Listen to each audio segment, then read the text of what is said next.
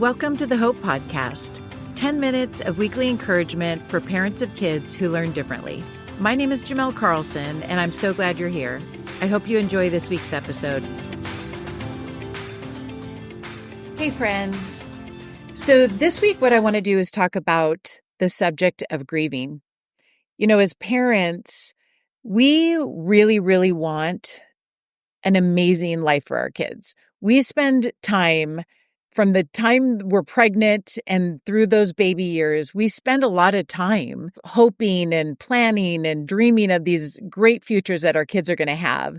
And we want so bad for our kids to have the lives we didn't have, or maybe the lives we did have for some of us. Maybe you want them to be able to go to the same college you went to or play the same sports you played.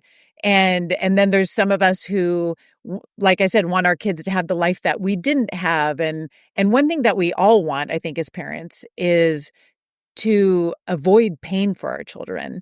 We don't want them to go through hard things. We want them to have smooth lives that produce joy and happiness, and that it's going to be easy. They're going to fit in to different scenarios. The bottom line is we really want the best for them. When you're going down your path of parenting, when all of a sudden you're told that your child has been diagnosed with some sort of learning challenge, or your child is going to need some sort of support that you didn't think they were going to need, it can really throw us. It can really throw us for a loop. And I think that it can be hard for parents to maybe embrace and own the fact that when life does not work out the way that we had planned and hoped for our child, it can cause us pain. It causes us to feel angry sometimes. It can cause us to feel sad and discouraged.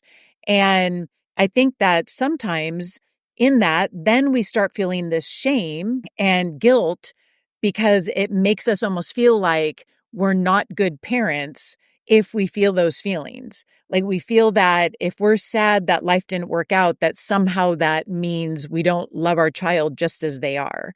But I just want to encourage you to believe the fact that you can feel sad and disappointed and even angry that life isn't working out the way you had planned. And that does not mean you don't love your child. That does not mean that you don't fully embrace them how they are. It's okay to go through that grieving process. And as a matter of fact, I feel that you will actually be able to love your child in a better way if you allow yourself to feel your honest feelings. It is perfectly normal to go through a grieving process when you make plans and you have hopes and dreams and life shifts. It is perfectly normal for you to experience grief and to go through the different stages of grief. Just like in a death, there's usually the denial phase, there's anger, there's the bargaining phase where we're trying to like downplay what really might be going on. You may go through a depression and then you may go back and forth between all these different feelings.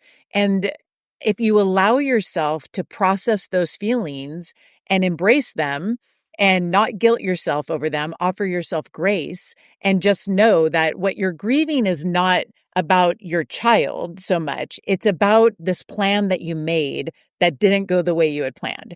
And if you allow yourself to grieve the loss of that, then you will be able to fully embrace the new path that you're going to have with your child, which is going to be a good path. It's going to be, there's so much wonderful, joyous things you can go through. There's going to be new things that you go through that you just never saw coming. Some of the hardships that you go through with your child are going to produce feelings of perseverance and resilience and amazing goals that you'll accomplish. And you're going to find joy in that. I know you will, but it'll be hard for you to embrace that and enjoy that along the journey if you're really trying hard to deny the feelings that you have about letting go of the other path.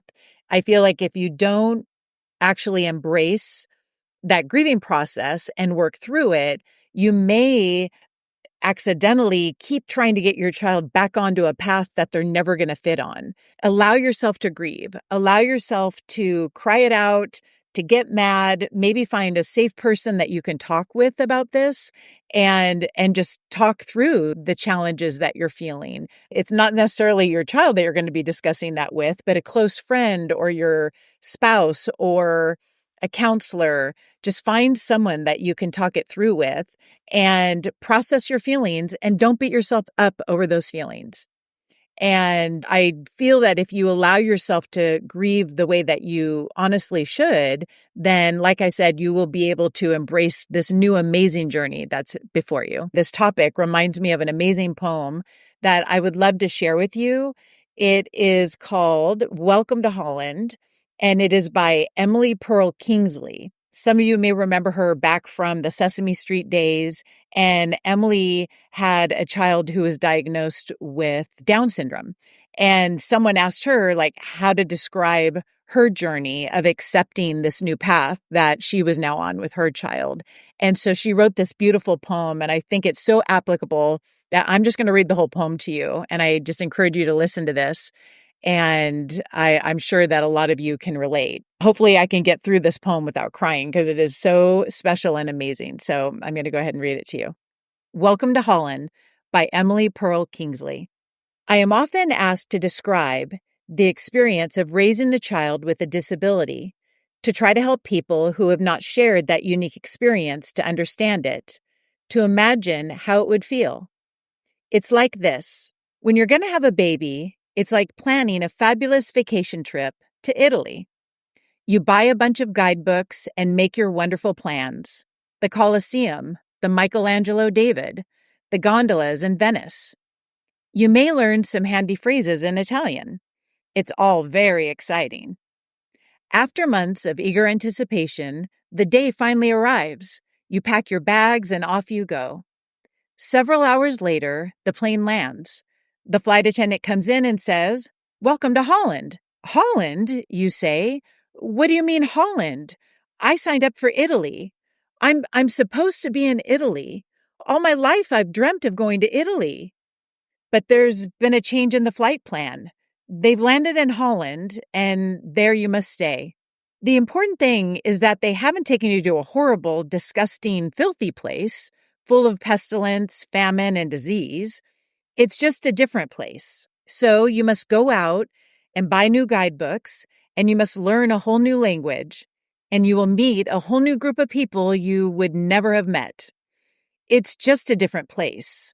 It's a slower place than Italy, less flashy than Italy.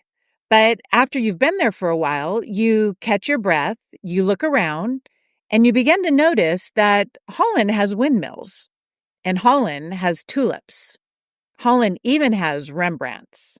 But everyone you know is busy and coming and going from Italy, and they're all bragging about what a wonderful time they've had there.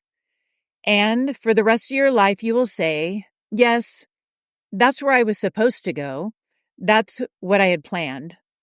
And the pain of that will never, ever, ever go away, because the loss of that dream is very, very significant loss. But if you spend your life mourning the fact that you didn't get to go to Italy, you may never be free to enjoy the very special, the very lovely things about Holland. Thank you again for listening to the Hope Podcast. If you'd like to connect with me or offer suggestions for topics you'd like covered in future episodes, you can visit me on Instagram at Jimelle Carlson. And if you'd like to learn more about Foundations Cognitive Schools, you can visit our website at foundationscognitive.com.